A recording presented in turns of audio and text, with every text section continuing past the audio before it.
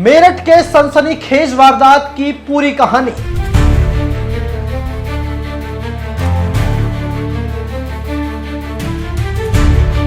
पति पत्नी और वो का खूनी खेल और 15 टुकड़े। जितनी डरावनी वारदात उतनी ही रहस्यमयी प्लानिंग। कहानी के 4 किरदारों में छिपा है मेरठ में कत्ल की खौफनाक साजिश। मेरठ के एक ऐसी खौफनाक कहानी आज हम आपको बताने जा रहे हैं जिसको जान करके हर कोई सन्न रह गया। इस कहानी में कुल 3 किरदार हैं, पति पत्नी और वो। हालात कुछ ऐसे बने कि पत्नी को प्रेमी के साथ मिलकर अपने पति का कत्ल करना था, लेकिन प्रेमी अंधविश्वासी था। वो चाहता था कि अपने पति के सीने पर पहला वार उसकी मासूका खुद करे, जबकि वो खुद उसकी 2 हथेलियां काटना चाहता था। कत्ल की इस खौफनाक कहानी में एक मुर्दा मां भी है जिससे पत्नी के प्रेमी बातें भी करता था। ये कहानी आपको बेहद हैरान कर देगी। आज इस वीडियो में आपको बताने जा रहे हैं टुकड़ों में काटने वाली पत्नी और इसके ढोंगी बॉयफ्रेंड की पूरी कहानी। कहानी का आगाज होता है यूपी के मेरठ से। एक मोहल्ले में मौजूद एक घर के बाहर भीड़ जमा थी। हर एक की निगाहें उसी घर की तरफ थी। थोड़ी देर बाद वहां पुलिस पहुंचती है। पुलिस के बाद फॉरेंसिक टीम घर में दाखिल होती है। घर के अंदर से और तो कुछ नहीं मिला, लेकिन नीले रंग के प्लास्टिक का एक ड्रम बरामद हुआ। अमूमन इस तरह के ड्रम जो होते हैं वो लोगों के घरों में पानी जमा करने के लिए खरीदे जाते हैं। इसके बाद इस ड्रम को लेकर के जो पुलिस है वो एक खाली गाड़ी में लेकर के निकल जाती है। अब ड्रम मेरठ के एक सरकारी अस्पताल के मुर्दा घर पहुंच चुका था। ड्रम जरूरत से ज्यादा भारी था, ना ड्रम खुल पा रहा था, ना ही उसे तोड़ा जा रहा था। लिहाजा पुलिस वाले तय करते हैं कि इस ड्रम को मशीन से काटा जाए। कुछ देर बाद ही मशीन और मैकेनिक भी मुर्दा घर के लिए बुलाए जाते हैं। अब बारी ड्रम को काटने की थी। बड़ी मशक्कत के बाद आखिरकार ड्रम को काटने में पुलिस को कामयाबी मिल जाती है। दरअसल उस ड्रम के अंदर सीमेंट का घोल भर दिया गया था, जिसकी वजह से वो जमकर सख्त हो चुका था, बिल्कुल पत्थर की तरह। अब ड्रम काटने के बाद उसके अंदर जमे हुए सीमेंट के टुकड़ों को भी मशीन से काटने का काम शुरू हो जाता है। थोड़ी देर बाद सारे टुकड़े अलग हो जाते हैं और फिर उन्हीं टुकड़ों से करीब 3 टुकड़ों में बिखरा सौरभ कुमार बाहर निकलता है। ड्रम के टुकड़ों में बंद होने के पूरे 14 दिन बाद जमे हुए सीमेंट और काटे गए ड्रम के बराबर में जमीन पर काली पॉलीथीन में सौरभ कुमार की लाश के 3 टुकड़े रखे हुए होते हैं। फ्रिज, कुकर, बैग के बाद ये सबसे ताजी लाश है जो एक ड्रम ने उगली है। लेकिन कहानी ऐसी कि आपका दिमाग घूम जाए। ये कहानी एक ऐसी पत्नी की है जिसने घर वालों की मर्जी के खिलाफ पहले लव मैरिज की, लेकिन लव मैरिज के 3 साल बाद उसे फिर से प्यार हो गया और उसने पहले प्यार और पति के सीने में अपने हाथों से पहला खंजर उतार दिया।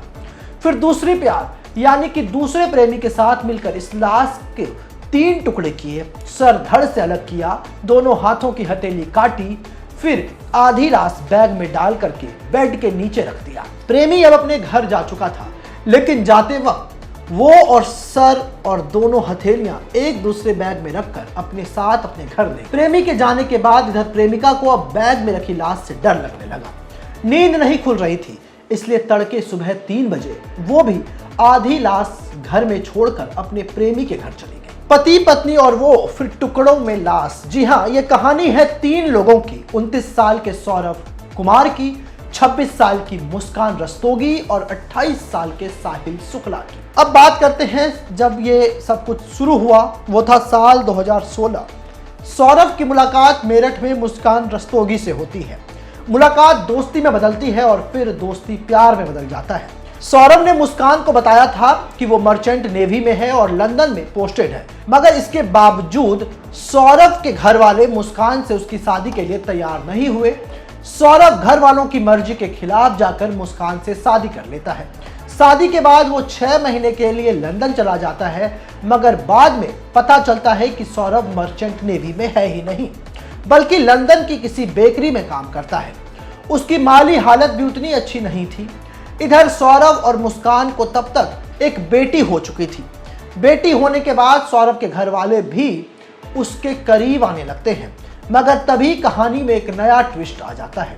सौरभ ज्यादातर लंदन में रहता है और मुस्कान अकेली अपनी बेटी के साथ किराए के कमरे में रहती है। इस दौरान मुस्कान की मुलाकात उसी मोहल्ले में रहने वाले साहिल शुक्ला से होती है। देखते ही देखते दोनों बेहद करीब आ जाते हैं। अब साहिल अक्सर मुस्कान को अपने घर लाने लगता है। यहाँ तक दोनों के घर में शराब भी दोनों पीते हैं और इस पूरे घटना की कहानी मकान मालिक समझ जाता है कि आखिर इन दोनों के बीच हो क्या रहा है। अब हो जाता है साल 2021 जब सौरभ लंदन से मेरठ आता है। तब मकान मालिक उसे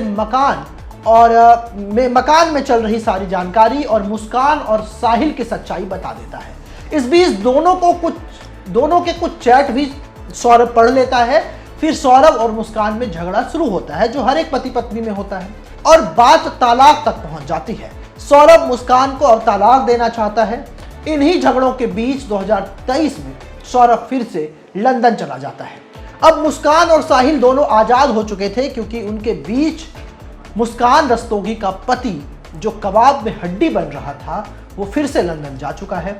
फिर पूरे 2 साल बाद आता है फरवरी 2025 और फिर ये आज़ादी मुस्कान और साहिल की खत्म होने वाली होती है, क्योंकि सौरभ 24 फरवरी को लंदन से 2 साल बाद मेरठ अपने घर लौट रहा था। 25 फरवरी को मुस्कान का बर्थडे था। वो उसका बर्थडे मनाने के लिए आ रहा था, लेकिन इधर मुस्कान कुछ और ही प्लान करके बैठी थी। उसका इरादा ठीक बर्थडे वाले दिन यानी कि 25 फरवरी को ही सौरभ को मार डालने का था, मगर ऐसा हो ना सका। 25 फरवरी वाली प्लानिंग फेल हो गई और सौरभ बच गया। मगर मुस्कान और साहिल की अगली प्लानिंग ये थी कि मुस्कान की बेटी का एग्जाम चल रहा था। 3 मार्च को एग्जाम खत्म होते ही मुस्कान ने अपनी बेटी को अपनी मां के घर भेज दिया और 3 मार्च का दिन सौरभ के कत्ल के लिए चुना गया। मुस्कान और साहिल ने पहले तो चाकू से सौरभ पर हमला किया, फिर उसी दिन रात को अब जब सौरभ अपने कमरे में सोने गया तो मुस्कान ने साहिल को फोन करके बुला लिया।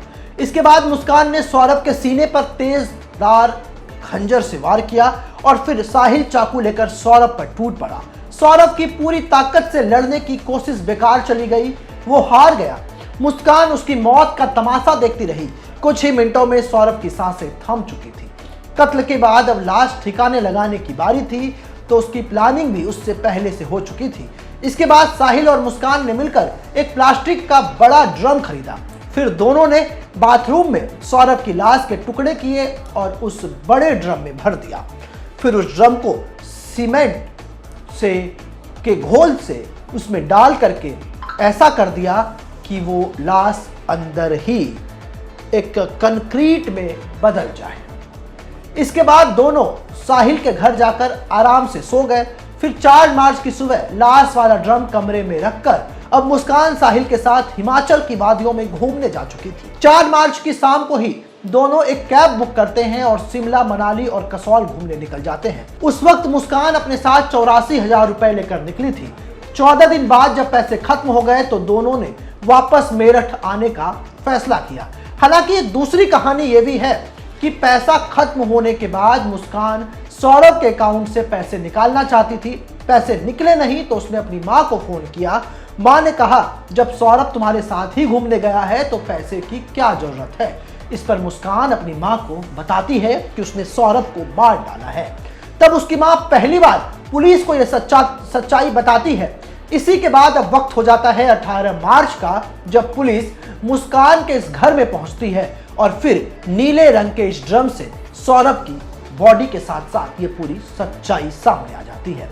ये कहानी थी कत्ल की, और कत्ल की इस कहानी से कहीं सनसनीखेज है कत्ल की प्लानिंग और मुस्कान और साहिल के इश्क की ये दास्तान। सबसे पहले हम मुस्कान और साहिल के इश्क की कहानी पर नजर डालते हैं।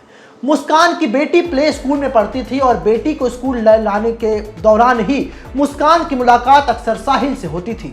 सौरभ चूंकि ज्यादातर बाहर रहता था, विदेशों में रहता था, मुस्कान अकेली रहती थी, तो जल्दी ही साहिल से उसकी दोस्ती प्यार में बदल गई। घर में कोई नहीं था तो दोनों घर में भी मिलने लग गया।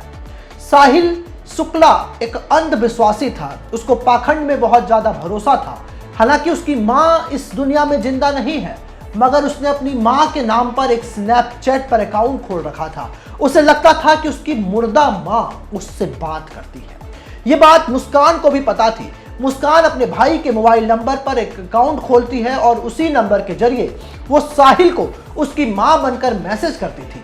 मुस्कान अच्छी लड़की है तो उसके साथ खुश रहेगा। इसी वजह से साहिल मुस्कान से और ज्यादा प्यार करने लगा था। शायद मां वाली बात और अंधविश्वास का ही असर था कि अब वो मुस्कान से शादी करना चाहता था और इसके लिए वो सौरभ को रास्ते से हटाने वाला था। इतना ही नहीं, अंधविश्वास के चक्कर में वो मुस्कान को यह भी कहता था कि सौरभ का वध तो मुस्कान करेगी। मुस्कान भी अब सौरभ से पीछा छुड़ाना चाहती थी। इसी के बाद दोनों ने पिछले साल नवंबर में ही तय कर लिया था कि इस बार सौरभ के मेरठ आते ही वो उसे मार डालेंगे और नवंबर से ही कत्ल की प्लानिंग शुरू हो गई थी। सबसे पहले दोनों ने इस बात की प्लानिंग की कि कत्ल के बाद लाश का कैसे ठिकाने लगाया जाए। आखिर में यह तय किया गया कि लाश को जमीन में दफनाया जाएगा, पर कैसे उन्हें यह पता नहीं था।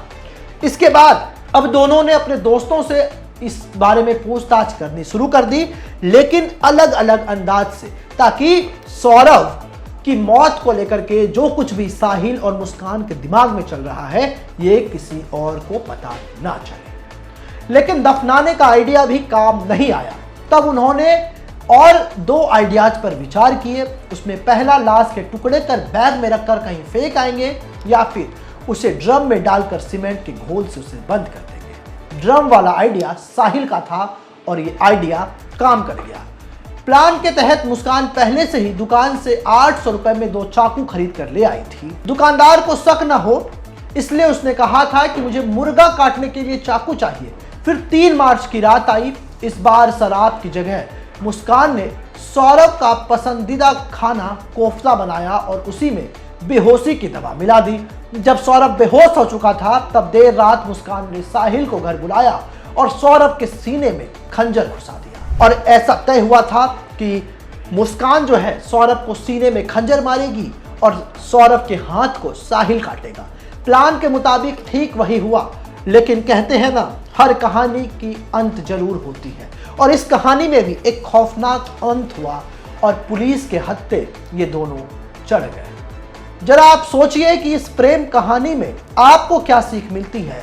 एक लव ट्रायंगल जिसमें कि एक पत्नी अपने पति की मौत के लिए इस कदर तड़पती है, एक बॉयफ्रेंड अपने होने वाली पत्नी के पति को मारने के लिए खून का प्यासा बन जाता है। बहरहाल ये कहानी सिर्फ ये कहानी नहीं है, ये कहानी समाज की सच्चाई है। ये कहानी उन लाखों पुरुषों पर एक तमाचा है जो अपनी पत्नी पर विश्वास कर बाहर शहर कमाने के लिए जाते हैं। वो सोचते हैं कि उनका भविष्य बेहतर हो जाए, लेकिन पीठ पीछे उनके साथ कुछ और हो रहा होता है, उनके साथ बेहद गलत हो रहा होता है। बहरहाल इस कहानी से आपको क्या लगता है? ये इतनी खौफनाक कहानी है कि हर किसी को सोचने पर मजबूर कर देगी। हमारा कमेंट बॉक्स खुला हुआ है, आप अपनी कमेंट को हमारे कमेंट बॉक्स में लिखिए और हमें बताइए कि आपको ये कहानी कैसी लगी। ये खौफनाक वारदात पर आपकी क्या सोच है, ये भी हमें कमेंट कर जरूर बताएं। ऐसे ही तमाम खबरों के लिए आप हमारे YouTube चैनल को सब्सक्राइब करें। साथ ही आप चाहते हैं कि सबसे पहले ये खबर का नोटिफिकेशन आपको मिले तो बेल आइकन को दबाना ना भूलें। इसी के साथ हमारी टीम आपके लिए लेकर के आई है एक जबरदस्त मौका, एक गिफ्ट जीतने का। आप इस वीडियो को 15 ग्रुपों में शेयर कर दिए गए नंबर पर अपना स्क्रीनशॉट भेजें, जिसके बाद हमारी टीम आपको देगी एक शानदार गिफ्ट वाउचर।